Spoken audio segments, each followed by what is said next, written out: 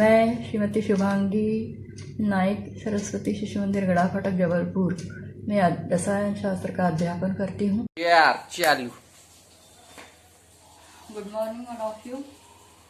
कक्षा 12वीं रसायन शास्त्र विषय के अंतर्गत विलयन जो दूसरी इकाई है उसका अध्ययन हम कर रहे हैं और आज हम इस इकाई के अंतर्गत विलयनों के अपसामान्य अणुभार अथवा अपसामान्य अणुसंख्यक गुणधर्म इनका अध्ययन करेंगे। हमेशा ध्यान दें कि जब भी कोई नया टॉपिक शुरू होता है, नई संकल्पना शुरू होती है, तो उसके नाम की तरफ ध्यान देना अत्यंत आवश्यक है। नाम क्या है? अणुभार तो हमें पता ही है कि अलग अलग अणु होते हैं, उनके परमाणु भारों का योग अणुभार होता है। अणुसंख्यक गुणधर्म भी हमें पता है कि विलयनों के ऐसे गुणधर्म होते हैं जो अणुओं की संख्या पर निर्भर होते हैं। अब अणुओं की संख्या के अतिरिक्त आयनों की संख्या भी हो जाएगी। तो विलयनों के ऐसे गुणधर्म जो अणुओं की संख्या पर, आयनों की संख्या पर निर्भर होते हैं, वह क्या कहलाते हैं? अणुसंख्यक गुणधर्म। और यह अणुसंख्यक गुणधर्म अथवा अणुभार कैसा हो जाएगा? तो अपसामान्य मतलब निगेटिव सेंस में है। सामान्य अणुभार, सामान्य अणुसंख्यक गुणधर्मों से कुछ भिन्न आएंगे। निगेटिव शब्द है अपसामान्य। तो ऐसे अणुभार अथवा ऐसे अणुसंख्यक गुणधर्म जो भिन्न होते हैं, सामान्य से भिन्न प्राप्त होते हैं, उसको कहते हैं अपसामान्य अणुभार अथवा अपसामान्य अणुसंख्यक गुणधर्म। अब हम अभी जो कह रहे हैं कि अणुसंख्यक गुणधर्म अणुओं की संख्या, आयनों की संख्या पर निर्भर होने वाले गुणधर्म अणुसंख्यक गुणधर्म कहलाते हैं। अब ये जो अणुसंख्यक गुणधर्म है, उदाहरण के लिए यदि हम ग्लूकोज को जल में घोलते हैं तो ग्लूकोज आयनीकृत नहीं होता। मतलब जितने आयन ग्लूकोज के हम जल में मिलाएंगे उतने ही आयन विलयन में रहेंगे।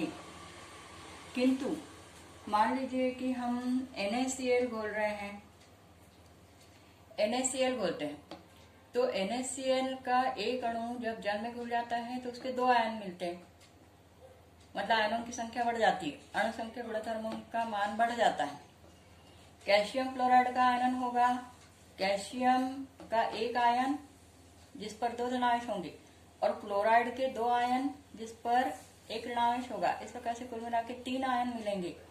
तो कैल्शियम क्लोराइड का आयनन होने के पश्चात, वियोजन होने के पश्चात हमको 3 आयन मिलेंगे। मतलब अणुओं की संख्या, आयनों की संख्या बढ़ जाएगी। एल्यूमिनियम क्लोराइड का आयनन होगा। एल्यूमिनियम क्लोराइड का एक अणु जब हम जल में घोलते हैं तो हमको कुल 4 आयन मिलते हैं। वह 4 आयन कौन से होते हैं? तो एल्यूमिनियम का 3 धनावेशित 1 आयन और क्लोराइड के 1 ऋणावेशित के 3 आयन हमको मिलते हैं। इस प्रकार से कुल 4 आयन मिलते हैं तो अणुसंख्यक गुणधर्मों के मान बढ़ेंगे। इसी प्रकार से अब सबसे अधिक आयन बनाने वाला एल्यूमिनियम सल्फेट। एल्यूमिनियम सल्फेट का आयनन जब होता है तो एल्यूमिनियम जिस पर 3 धनावेश होते हैं उसके 2 आयन मिलेंगे और सल्फेट आयन जिस पर 2 ऋणावेश होते हैं उसके 3 आयन मिलेंगे। कुल मिलाकर कितने आयन मिलेंगे? एल्यूमिनियम के 2 और सल्फेट के 3। तो 5 आयनों में एक एल्यूमिनियम सल्फेट का अणु वियोजित होगा। तो इस प्रकार से यह वियोजन हो गया। वियोजन आयनन होने के कारण अणुसंख्यक गुणधर्मों के मान भिन्न प्राप्त होंगे, जिसको क्या कहेंगे हम? अपसामान्य अणुसंख्यक गुणधर्म। तो जैसे उदाहरण के लिए यहाँ चित्र से बताया गया है कि मान लीजिए कि 4 विलय के कण जब विलायक में घोले जाते हैं, ये विलायक है, तो विलायक में घोलने के पश्चात भी वह अपना अस्तित्व कायम रखते हैं और 4 अणुओं के रूप में घुलते हैं। मतलब विलायक में भी हमें 4 अणु विलय के वैसे मिलेंगे।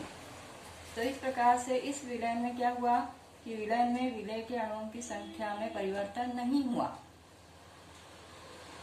किंतु मान लीजिए कि हम विलय के 4 कण जब विलायक में घोल रहे हैं और वह 4 कण दुगुना मतलब 2-2 आयनों में परिवर्तित हो रहे हैं, कुल मिला के हमको 8 आयन मिल रहे हैं, तो हम क्या कहेंगे कि विलय आयनीकृत हो रहा है अथवा विलय वियोजित हो रहा है, वियोजन हो गया। या फिर मान लीजिए कि हम 4 विलय के अणु विलायक में घोल रहे हैं, तो विलायक में घोलने के पश्चात क्या हो रहा है कि ये जो 4 है अणु विलय के वह परस्पर जुड़ रहे हैं। यहाँ देखिए 2 अणु परस्पर जुड़ गए, 2 अणु परस्पर जुड़ गए, मतलब 4 की जगह हमको 2 ही अणु मिल रहे हैं। तो यहाँ क्या हो रहा है कि विलयन में विलय के अणु जो है वह संगुणित हो रहे हैं, संयोजित हो रहे हैं। दूसरी स्थिति में वियोजित हो रहे हैं, 4 से 8 बन रहे हैं, और तीसरी स्थिति में वह संयोजित हो रहे हैं, 4 से 2 बन रहे हैं, और पहली स्थिति में एज इट इज प्राप्त हो रहा है। तो इस प्रकार से पहली स्थिति में कोई भी अपसामान्य गुणधर्मों का अध्ययन नहीं होगा, लेकिन ये जो दूसरी स्थिति है यहाँ पर वियोजन होना, विलय के अणुओं का वियोजन होना, आयनन होना, अथवा विलय के अणुओं का संगुणन होना, तो उससे क्या होता है कि अणुसंख्या गुणधर्मों के मान हमको भिन्न प्राप्त होते हैं। हमने वियोजन के तो भिन्न भिन्न उदाहरण देखे, NaCl का वियोजन होना, कैल्शियम क्लोराइड का वियोजन होना, एल्यूमिनियम क्लोराइड का, एल्यूमिनियम सल्फेट का।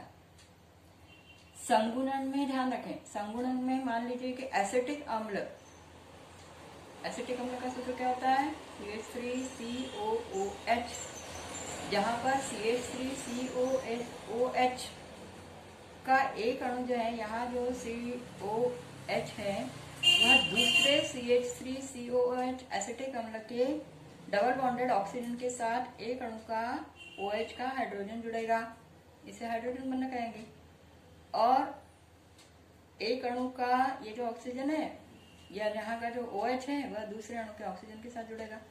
तो इस प्रकार से यहाँ पर 2 एसिटिक अम्ल के अणुओं के बीच में क्या बंध रहे हैं, हाइड्रोजन बंध।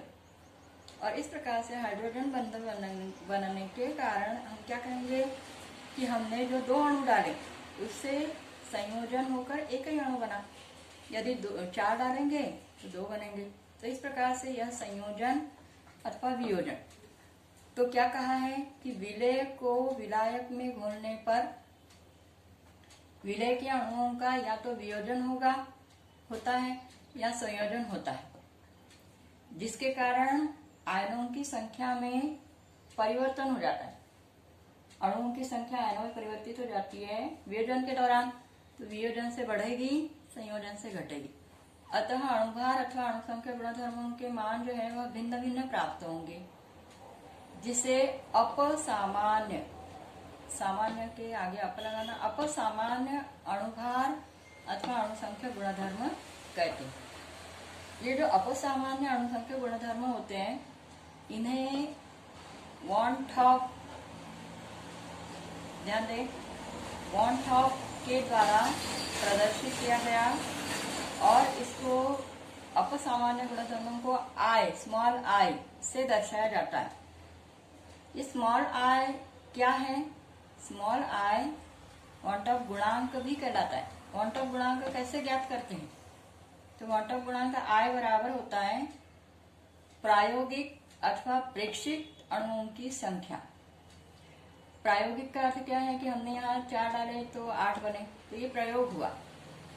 यहाँ हमने 4 डाले तो 2 बने। तो इस प्रकार से प्रायोगिक या प्रेक्षित अणुओं की संख्या आयनों की संख्या बटे सैद्धांतिक अणुओं की संख्या। सैद्धांतिक मान भी होते हैं कि कितने आयन होंगे, कितने संयोजन के पास संयोजित अणुओं की संख्या होंगी, इनके सैद्धांतिक मान निश्चित होते हैं, जो हमें किसी भी सारणी से प्राप्त होते हैं। जैसे हमें पता है विद्युत रासायनिक श्रेणी में सैद्धांतिक मान है, हर एक इलेक्ट्रोड के सैद्धांतिक मान होते हैं, लेकिन वो आदर्श स्थितियां होती है।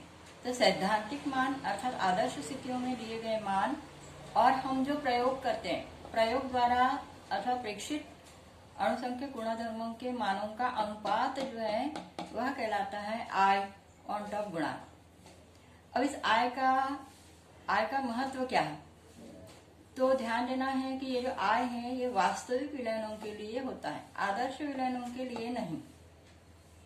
राउल्ट का नियम जो है हमें ज्ञात है कि आदर्श विलयन जो होते हैं वो राउल्ट के नियम का पालन करते हैं, और इन आदर्श विलयनों के अणुसंख्यक गुणधर्म 4 प्रकार के होते हैं। वाष्प दाब में आपेक्षिक अवनमन, परासरण दाब, हिमांक में अवनमन एवं क्वथनांक में उन्नयन। तो हमने आदर्श स्थितियों का अध्ययन किया है। क्या होता है आदर्श स्थिति में? वाष्प दाब में आपेक्षिक अवनमन राउल्ट के नियमानुसार P0A शुद्ध विलायक का वाष्प दाब माइनस PS विलायक का वाष्प दाब बटे शुद्ध विलायक का वाष्प दाब का अनुपात। वाष्प दाब में आपेक्षिक अवनमन राउल्ट के नियमानुसार किसके बराबर होता है? विलय की मोल भिन्न के बराबर होता है। लेकिन ये स्थिति जो है यह आदर्श विलयनों के लिए होती है, वास्तविक विलयनों के लिए नहीं। तो वास्तविक विलयनों के लिए क्या किया जाता है कि ये जो वाष्प दाब में आपेक्षिक अवनमन है इस किसके बराबर XB के एग्जैक्टली वह एक समान नहीं आता है, तो उसको हम I गुणांक से गुणा करते हैं, I गुणित XB करते हैं। तो वास्तविक विलयनों के लिए हमको अपसामान्य अणुभार जो प्राप्त होते हैं उसको I से गुणा किया जाता है। हर अणुसंख्यक गुणधर्म में हमको I से गुणा करना है। परासरण दाब को हम आदर्श विलयनों की स्थिति में क्या लिखते हैं? पाई बराबर CRT। तो ये आदर्श स्थिति के लिए होता है, लेकिन वास्तविक स्थिति के लिए हम क्या लिखते हैं? पाई बराबर I गुणित CRT, I जहाँ पर ऑन टॉप गुणांक। हिमांक में अवनमन हम क्या लिखते हैं आदर्श विलयनों के लिए? Del TF is equal to KF into M। वास्तविक विलयनों के लिए अपसामान्य गुणधर्मों के लिए ये जो 2 स्थितियां हैं इनके लिए हम क्या करेंगे? हिमांक में अवनमन डेल TF बराबर I गुणित KF गुणित M। वैसे ही सेम क्वथनांक में उन्नयन। क्वथनांक में उन्नयन आदर्श विलयनों के लिए क्या होता है? डेल TB बराबर KV इंटू M। लेकिन हम वास्तविक विलयनों के लिए क्वांटम गुणांक से गुणा करेंगे, तो डेल TB बराबर I गुणित KV गुणित M। तो इस प्रकार से वास्तविक विलयनों के लिए अणुसंख्यक गुणधर्म जो है वह या तो संयोजन की स्थिति या वियोजन स्थिति के लिए प्राप्त होते हैं, उन्हें क्या कहते हैं? अपसामान्य अणुसंख्यक गुणधर्म। ध्यान देना है, अपसामान्य अणुसंख्यक गुणधर्म। जैसे हम पिछले 11वीं कक्षा में जो वैन डर वाल्स समीकरण पढ़े थे, सामान्य गैसों के लिए समीकरण क्या था? PV बराबर nRT। आदर्श गैसों के लिए समीकरण क्या था? PV बराबर nRT। लेकिन वैन डर वाल्स ने उसको वास्तविक गैसों के लिए हल करते समय क्या किया था? दाब में संशोधन और आयतन में संशोधन किया था। तो P plus A upon V square गुणित V माइनस B, ये जो उसके वन टॉप गुणांक थे उससे हमको आदर्श वास्तविक गैसों का समीकरण प्राप्त होता था। वैसे ही सेम स्थिति यहाँ पर ध्यान रखना है आपको, वन टॉप गुणांक किसके लिए होता है? वास्तविक विलयनों के लिए, जहाँ विलय के अणु विलायक में डालने पर वियोजित अथवा संयोजित होते हैं।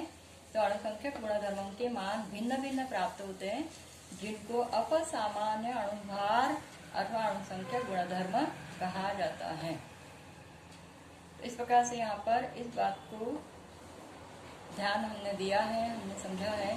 अप मतलब भिन्न, सामान्य गुणों से भिन्न प्राप्त होने वाले मानों को अपसामान्य अणुभार अथवा अणुसंख्यक गुणधर्म कहा जाता है।